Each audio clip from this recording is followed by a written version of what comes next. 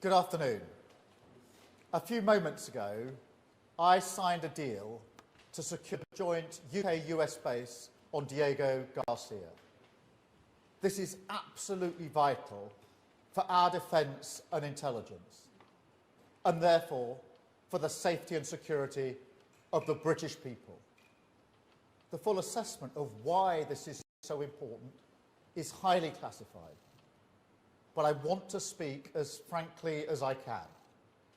The strategic location of this base is of the utmost significance to Britain, from deploying aircraft to defeat terrorists in Iraq and Afghanistan, to anticipating threats in the Red Sea and the Indo-Pacific. The base is right at the foundation of our security and safety at home. It has helped us to disrupt threats to the UK, to support counter-terror operations against Islamic State, and to reduce the risk to brave British and American servicemen and servicewomen. The base will help protect the safe passage of our carrier strike group as it goes through the Middle East. It enables rapid deployment across the Middle East, East Africa, and South Asia. It helps combat some of the most challenging threats that we face, including from terrorism and hostile states. And its location creates a real military advantage across the Indo-Pacific. The base gives the UK and the US access to unique and vital capabilities which benefit us directly. Many of these capabilities are secret, but they include airfield and deep water port facilities, facilities that support the worldwide operation of GPS and the monitoring of objects in the Earth's orbit, and equipment to monitor the Nuclear Test Ban Treaty. The base is one of the most significant contributions that we make to our security relationship with the United States, which is critical for keeping Britain safe. Almost everything we do from the base is in partnership with the US. President Trump has welcomed the deal along with other allies because they see the strategic importance of this base and that we cannot cede the ground to others who would seek to do us harm. And let me be clear, we had to act now because the base was under threat. The courts have already made decisions which undermine our position. And if Mauritius took us to court again, which they certainly would have, the UK's long-standing legal view is that we would not have a realistic prospect of success and would likely face provisional measures orders within a matter of weeks. But this is not just about international law. It's about the operation of the base. Even if we choose to ignore judgments made against us, international organisations and other countries would act on them. And that would undermine the operation of the base, causing us to lose this unique capability. One example of this is the electromagnetic spectrum. Countries have the right to manage this spectrum as they wish within their borders, a right that's recognised in regulations and overseen in the International Telecommunication Union. The use of the spectrum is key to understand and anticipate those who seek to do us harm. If our right to control it is put into doubt, we would lose the first line of defence against other countries who wish to interfere and disrupt this capability, rendering it practically useless. In addition, if we did not agree this deal, the legal situation would mean that we would not be able to prevent China or any other nation setting up their own bases on the outer islands or carrying out joint exercises near our base.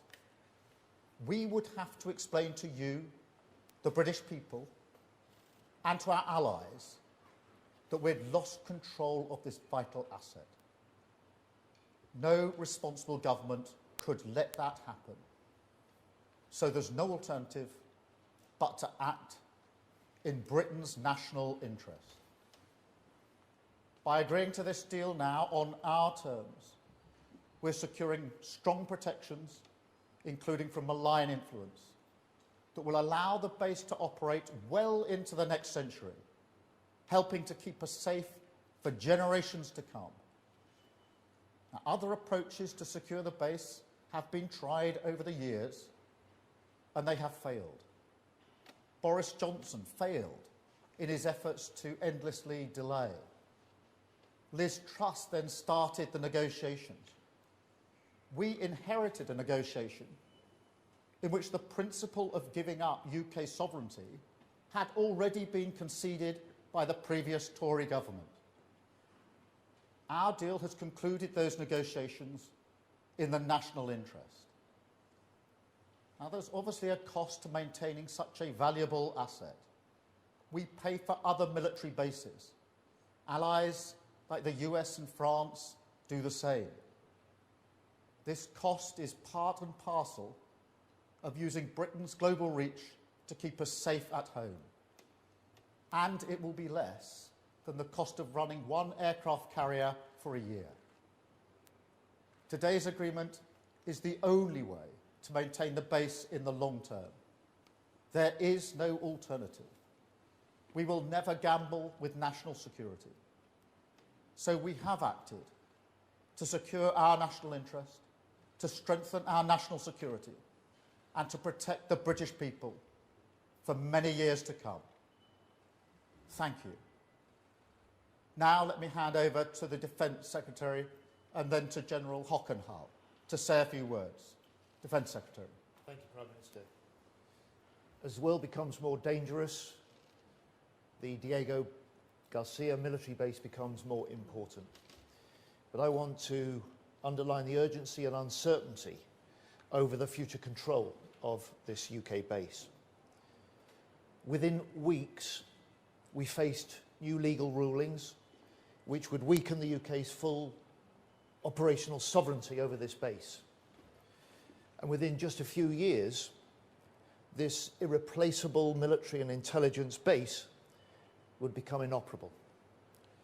That's why we've taken action today.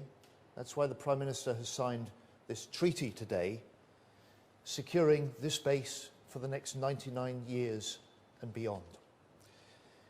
Our allied nations are right behind us and behind this deal: the US, Australia, New Zealand, India, Canada. Others want to see this base closed. They want to see this deal collapse. China, Russia, Iran. The value of this deal is beyond doubt. Full control of Diego Garcia for the next 99 years and beyond. Full control and protection of the electromagnetic spectrum, that priceless intelligence, communications, sensors, radar.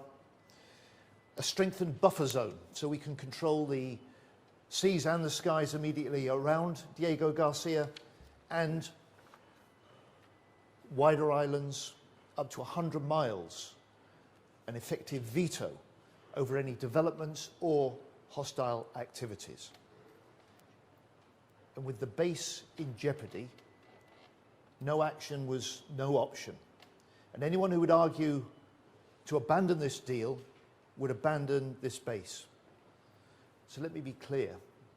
The British people and our British forces are safer today and into the future because of this deal.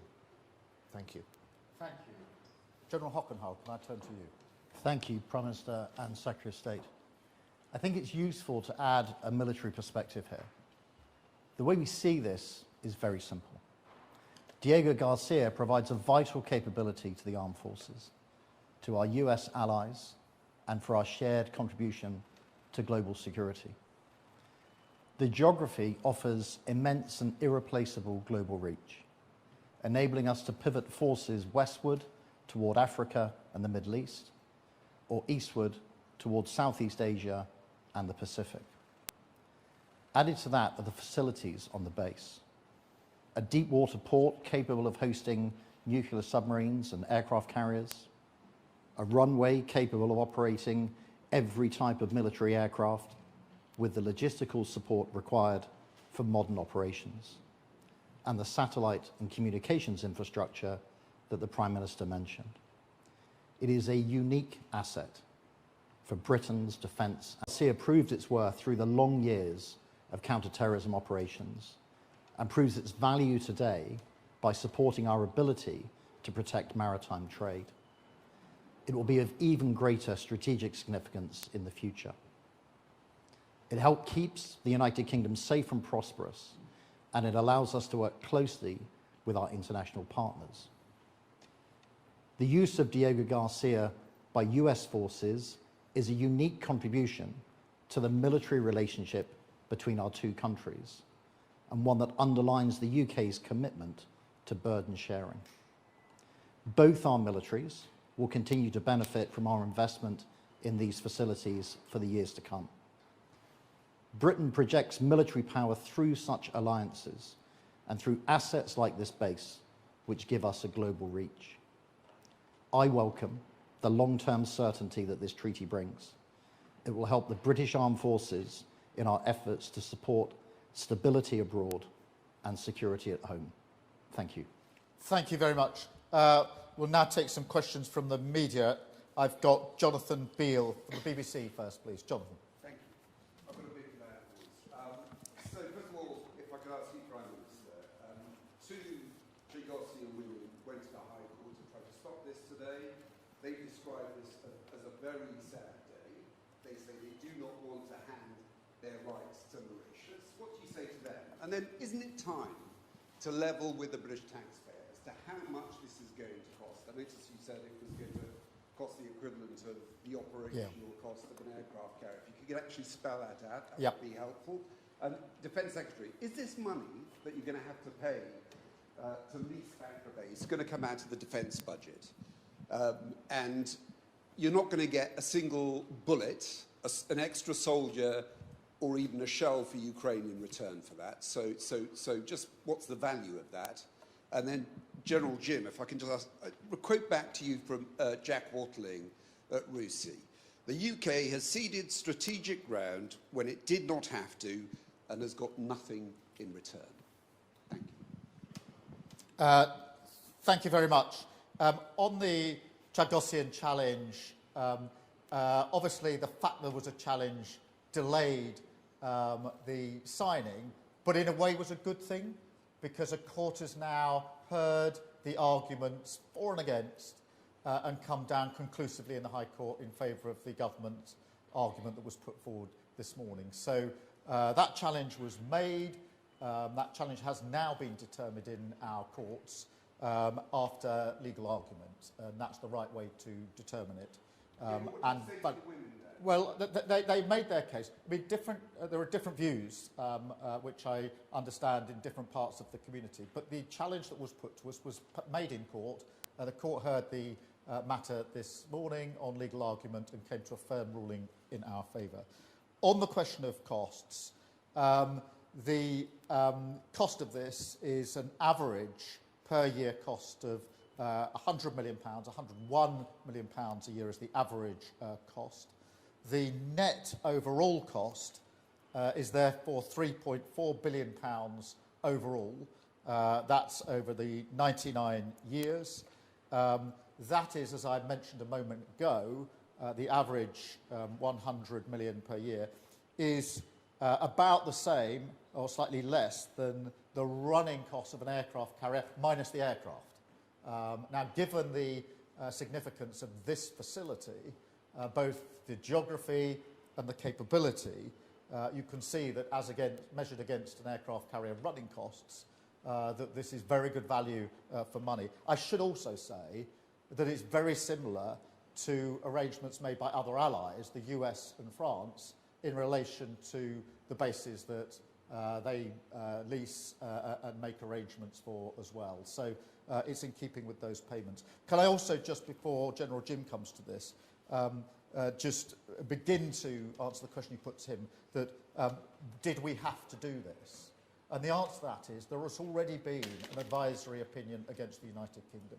All the advice, and nobody disputes this, is that should there be further legal proceedings, they're going to go against the United Kingdom.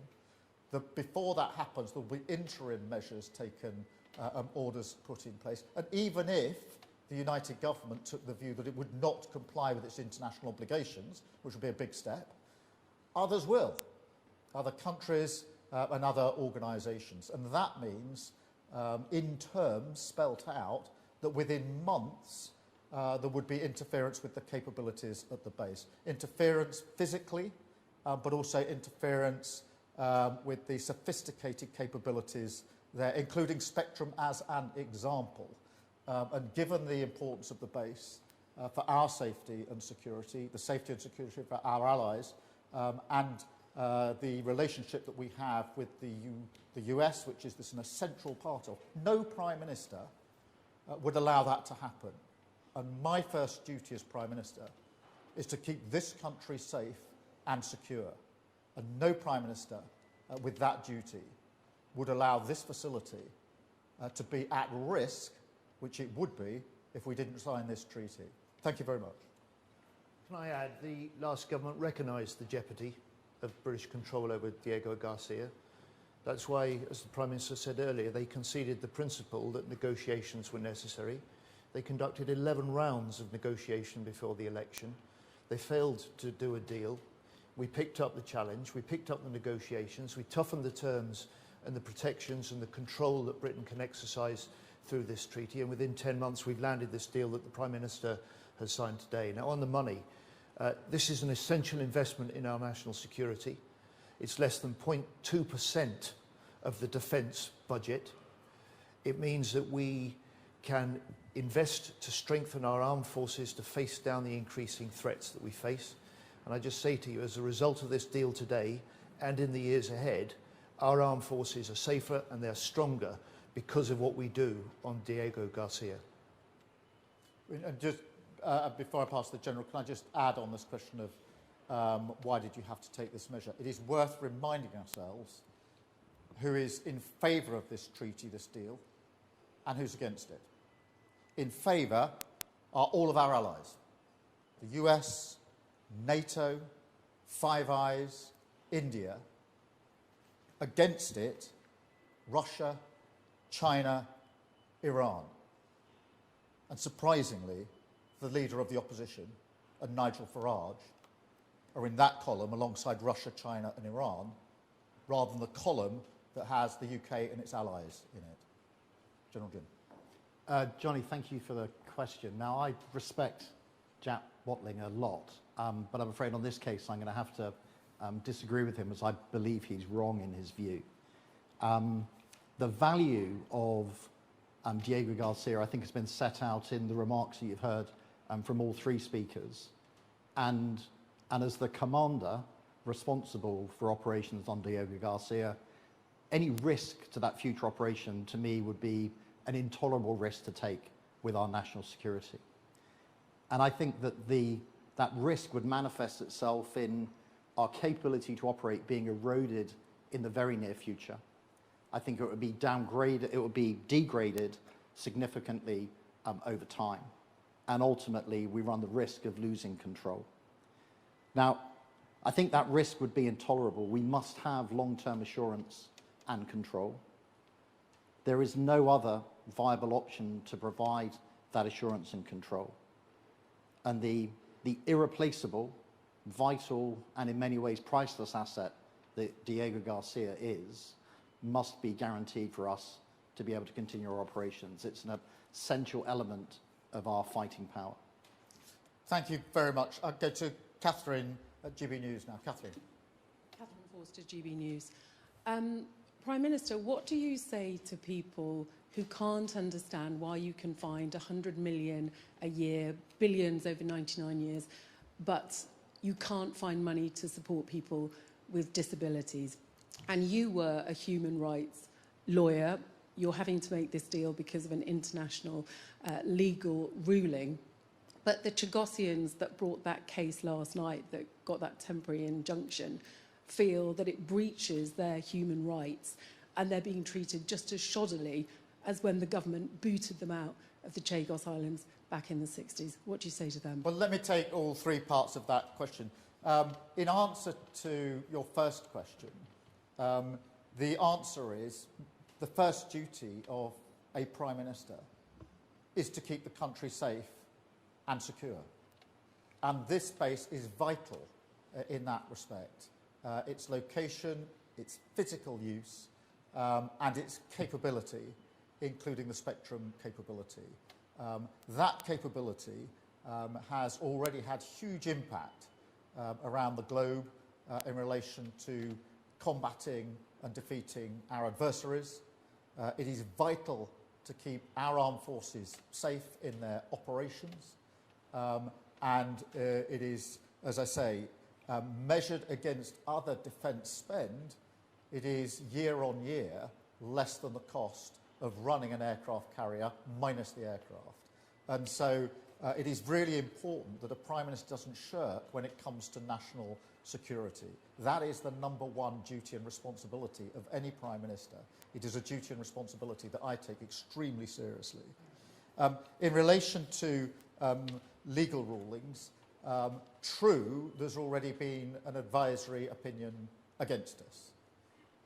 And true it is, but for this treaty, there would certainly be further legal proceedings leading to binding judgments, with interim orders on the way, which would be put in place in a number of months.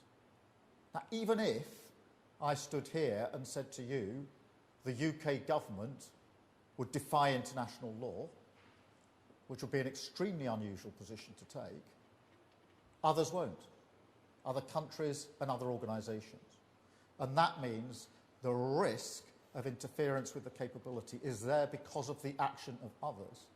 And once that uncertainty comes into place, then that means the ability to control physically interference with the base, to control interference with things like spectrum, is immediately in place, which risks the capability of the base and puts it at risk within a matter of months.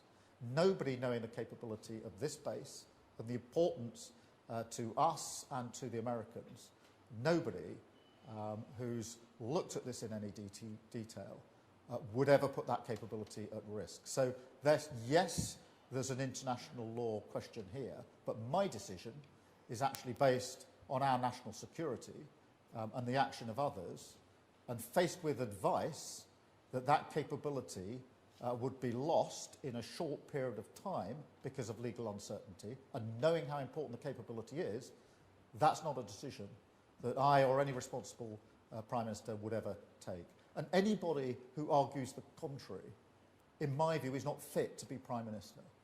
On the question of the Chagosians, look, there are different views amongst the community, but there was a legal challenge, and that argument had to be made. And in a way, I'm glad it's made, because now it has been aired, now it has been heard, now it has been argued in court. But what happened at 12:30 today is we got the judgment of the High Court, having heard the arguments, and that judgment was in favour of the government. Thank you. I've got David Shepherd from the FT.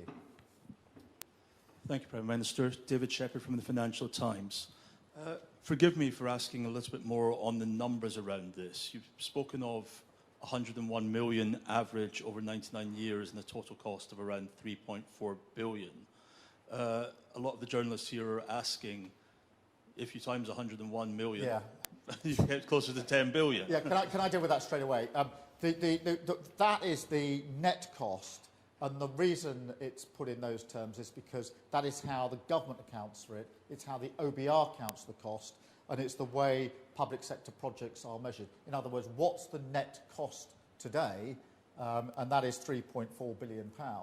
Obviously, over time, with inflation, then that is the net cost. But this isn't a way of presenting it for the purposes of this particular project. That is the way that government present an account for public sector projects, is the way the OBR takes account of them when they're doing their assessments. And whether it's defence and, in fact, nuclear, that net cost is the cost that's used, which is why the figures are presented in that way. The 101 million is the average rolling over the period of the lease, which is 99 years, extendable by 40 extra years. Having got the maths out of the way, can I ask my actual question?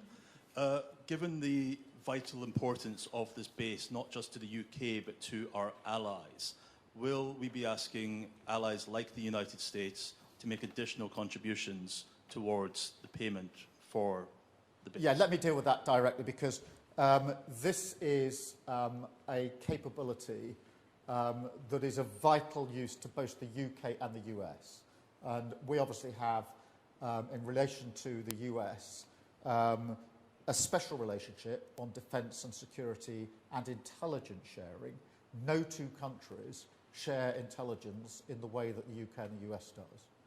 In relation to this base, which we both make huge use of, we are paying under this treaty in the way I've just set out. The US is paying the running costs of the base, which are much greater than the costs that we are bearing. And therefore, there are different contributions to different aspects, if you like. We are paying under the treaty in the way that's set out. The US are paying the running costs of the base, which are far greater than the cost that we are bearing. Together, there is obviously that shared interest in the base, a vital capability for both of us. Thank you very much. And I've got Claire Sadler from BFBS. Hi. What would you say to UK military personnel who are either stationed there or passing through there who might be concerned about the change in the dynamics in the region? And also, what guarantees are there that any military operations are going to be able to continue totally uninterrupted? Well, the message would be, whether it's merchant personality or any other personnel, is you are safer now as a result of this treaty, because the uncertainty would have led to a potential compromise of this facility. So it is really important. In terms of military personnel, this base, this facility, has been used to protect our forces many times over, and by securing this treaty, this deal, it is now fully in place to protect them for 100 years, generations, with an option to add another 40 years to that. And as the Defence Secretary set out, not only the base, but the outer islands come under this treaty, and an ability to control what happens up to 100 nautical miles from the base. So in terms of the protection of our military, our armed forces, our service personnel, this ensures that they have the maximum protection wherever they may be, in just the same way as we had before. And that is amongst the reasons that was uppermost in my mind when I took the decision that I did, that this was vital for our national security. Thank you all very much. Thank you.